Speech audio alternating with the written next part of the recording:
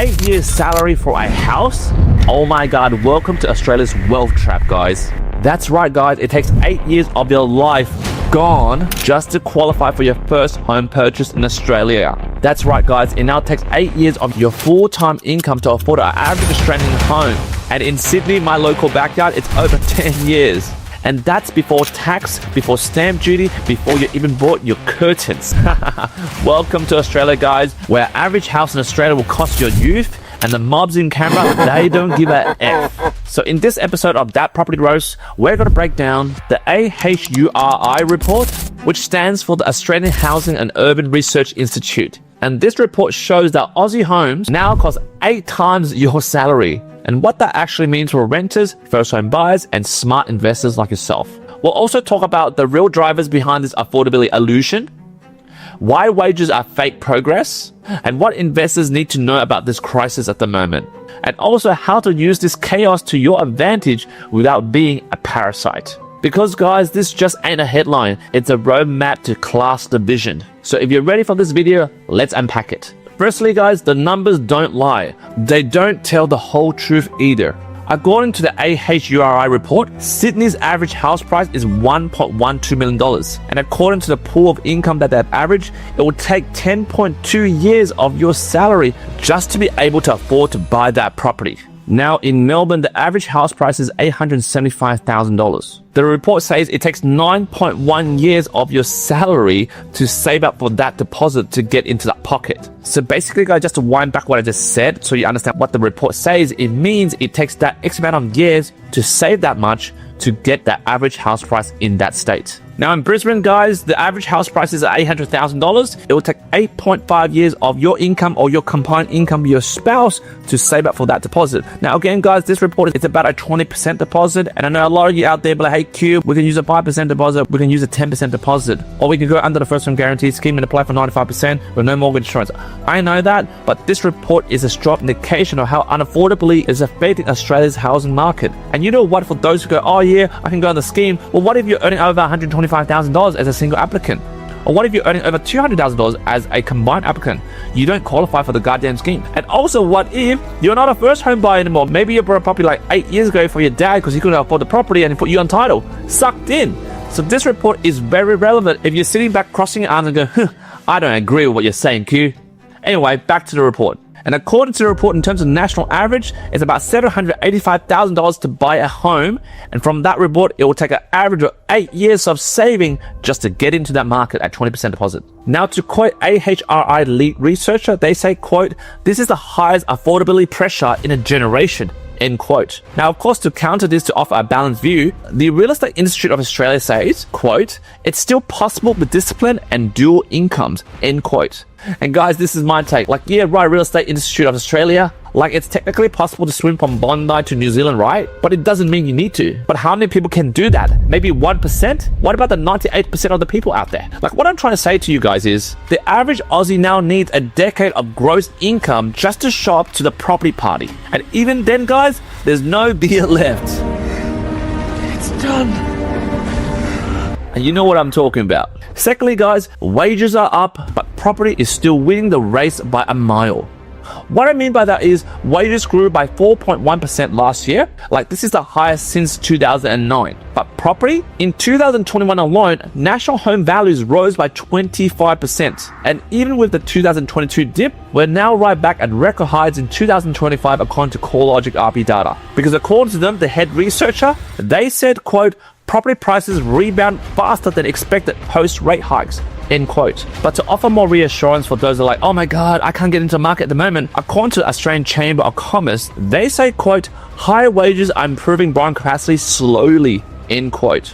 So guys, this is my opinion. It's like giving a three-legged dog a Red Bull and expecting it to outrun a Ferrari. Like, what I'm trying to say is wages aren't catching up, guys. And that's the real issue. And that's screwing up a lot of young Aussies' property ownership dreams. Thirdly, guys, it's not just demand, it's a rigged supply system. Because this is the real structural truth. Right now in 2025 and also in the next 3 years up to 2028, there will be a chronic undersupply. According to NHFIC, which if I have a look at what they stand for, which stands for, I have to look away, the National Housing Finance and Investment Corporation, what a mouthful. They say we're 100,000 homes short over the next 5 years. And on top of that, we have the planning bottlenecks. Like, for example, it takes up to 5 to 7 years to get a medium density property approved in Sydney at the moment. And in terms of demographic, guys, smaller households, aging population, more renters, what does that equal? That's a formula for higher demand, guys. And to support my view, to quote the Urban Task Force Australia, they say, quote, red tape and NIMBYism, which is not in my backyard, mate, have strangled supply, end quote. But then to counter that, Housing Industry Association says, quote, the market is adjusting. Give it time, end quote. Well, you know, Housing Industry Association? No. Like a lot of my clients I've been working with, they've been waiting since 2008. Like what I'm trying to say is, think about it, guys. The system isn't broken. I think the system is working exactly as it's designed, like it's rigged to benefit the rich and the mobs in Canberra. Fourthly, guys, what smart investors like you or my clients should do right now with this data. Like what I'm talking about right now is let's stop crying and stop playing the victim card. Like let's start planning. Like for example, if it takes 8 years of your salary to buy a home, that only tells us one thing. Housing is no longer an income-based market. It's a wealth-based one. Which means, guys, people with equity, family money, or early in moves, which means they bought earlier, will keep winning, guys. Oh, thanks, man. Like this is the evergreen truth. And for those renters and late starters, they need a strategy right now and not just negative emotion like, oh, blame the government, blame this, blame that, oh, blame the whole world except me. Because right now, smart investors like my clients are really tapping into this opportunity scarcity. Because according to Property Investment Professionals of Australia, they say, quote, we're in a structural shortage. Long-term investors will be rewarded, end quote. And amongst that, we always have the bloody oppositions who want to continue the poverty curse in our family. Like, for example, the Greens. Like one of their spokesmen said, quote, investors are driving up prices and need to be taxed out, end quote. And guys, this bores my blood. This is my savage take. Hating on investors won't fix undersupply. It'll just scare the ones like us and those who are watching this video who actually provide rental stock. And right now, we need builders. We need to encourage builders. We need to encourage the environment of investing into this market. And we don't need these Greens doomsayers mobs, right? Oh, you're propping up the property market. You're speculating, you're gambling on the market. Everybody should have more than 2 investment properties. Yeah, whatever, guys, get lost. And fifthly, guys, these are the tactical moves for millennials and Gen Z investors that are watching this. And these are the tips I'm telling my clients right now. So make sure you write it down. Number 1, guys, let me throw on a checklist over here, guys. Okay, number 1, don't chase cheap. I want you to buy quality scarcity, like close to jobs, a lifestyle, and infrastructure. Number 3, guys, not a financial advice, but this is what most of my clients are doing. Buy duplexes, buy houses with granny flats. Think of any property that you can do co-living strategy, like rooming, housing. And now obviously not too much because then the council will say, hey, you're doing a boarding house, we're going to slap you with a fine. And also on top of these tips in this checklist, also consider buying in trust structures, so that you can buy more properties with a limited income. Also think about debt recycling, especially for those of you guys or those boomers or those old gens, millennials who have a lot of money in your offset account or you paid a lot of your money down in your own occupy. Maybe it's time to recycle that debt and make it more tax deductible. Because remember, guys, you need to protect your tax position.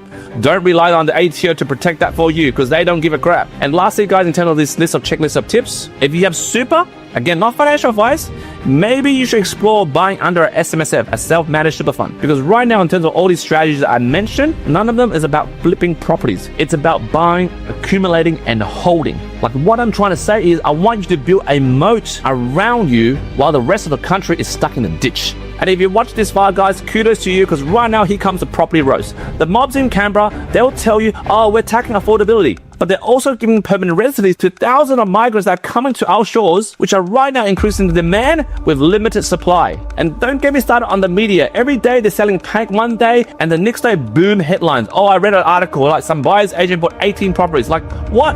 Like 18 properties on what? 45,000 in income? That is BS. So yeah, guys, that's my rant and this is my closing perspective.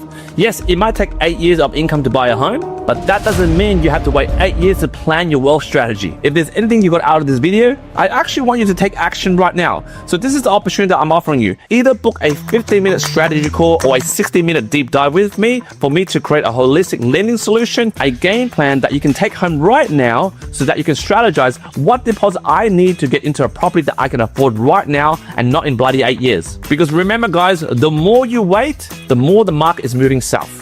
And you know what? You'll be the one left with your panties on. Tonight, I'm tearing these out with my teeth like an old school cartoon billy goat. Anyway guys, if you're not ready, just hit the like button on this video, hit the follow button, and smash the share button. Share this to your mate, because knowledge is power. And remember, this channel, we want you to end the generational poverty curse in your family and grow generational wealth. And until next time guys, thank you for watching another episode of That Property Roast, and I'll see you in the next few days.